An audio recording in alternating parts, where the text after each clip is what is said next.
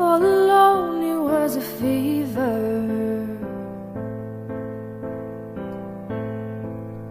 And cold sweat, hard-headed believer. I threw my hands in the air, said show me something. I'm Sarah McGovern. I've been working at Project John now for, about 3 or 4 years now. I'm currently the youth worker here. I've been doing that for nearly 2 years. Basically my job role is to look at activities that we can run to help the young people, such as cooking skills, like we have the training suite here with a kitchen. It's basic as that, or to the other extreme, we also run summer activities, which is a 6-week-long programme, and look at doing different activities each week, like Blackpool, where it's totally free for the young people to come. Basically giving them that extra support that the support workers don't do. Round and around and around and around we go. Now tell me now, tell me now, tell me now, you know.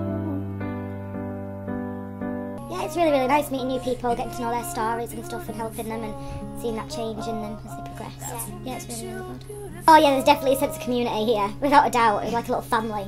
They say once you've joined Project John, you never leave, sort of thing. I mean, I think I'm the best example of that, because I was a tenant and came to them when I was 17, and obviously lived with them for 2 years, moved on, still stayed in contact, volunteered, and then they asked me to come and work for them. So yeah, you don't leave. It's all support each other here. I don't have a clue, and I should do, because I've just done a funding bit and wrote this down, and I can't remember. But yeah, we get a couple of 100 people in a year. So when somebody comes to you asking for help or in any way, what's the process that you have to go through with them? Or is it different depending on what they need? What it used to be is you'd come at Project John, have an interview with one of us, most of the time the support workers, because they'll be dealing heavily with the support you have. But it's all changed now due to funding and stuff like that, and it's now runs through what they call a CAP farm. That goes up to Carlisle, and they assess the person's need, interview them, send them back to us, then we'll interview them and see if they're right for our properties, because then there's a few stipulations with Project John for them to have to live with us, such as they've got to be engaged with some sort of training or education at work, something like that. That's because we're a foyer. Yeah, so from there we'll see what properties we've got available, but again it can be a long process, it can be a short process. We've got 17 units of accommodation. Half of them are flats, half of them houses, split that how you like, I can't remember. But the flats will be for singles, and we don't house couples at all, unfortunately. We think it's wrong, because obviously we want to support families, but housing benefit and everything else, you can't do it. And the other half are for parents with young babies. When did you first hear about Project John? Obviously you said that you were here and then started to work here. Yeah.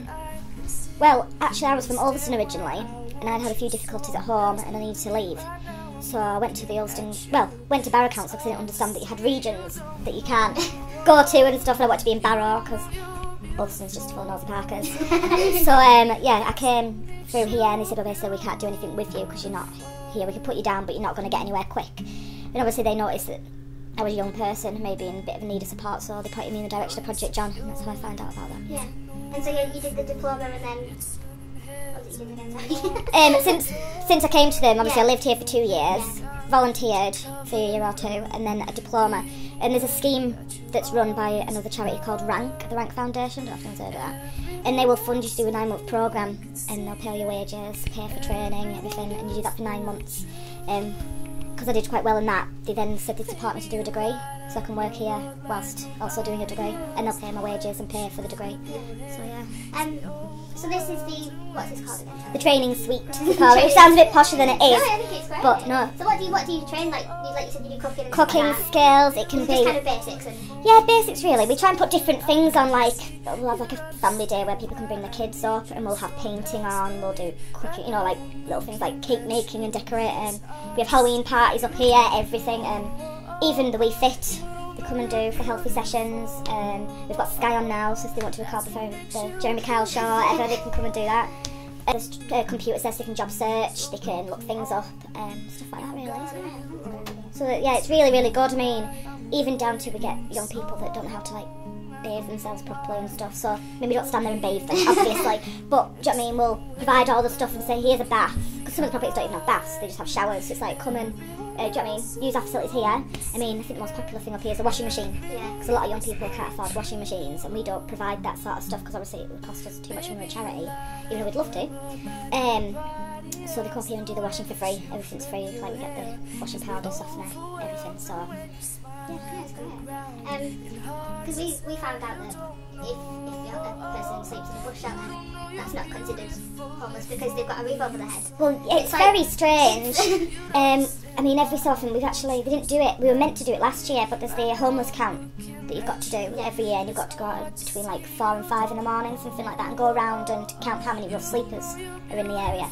But if they're awake, you can't class them as a rough sleeper because they're not sleeping. There's so many, do you know what I mean, stipulations to it, so it's really hard. The figures are never going to be spot on. And as I said, there's a lot of hidden things, do you know what I mean? Overcrowding, everything is an issue. So, yeah. Not really sure how to feel about it. Something in the way you move makes me feel like I can't live without you, and it takes me all the way. I want you to stay.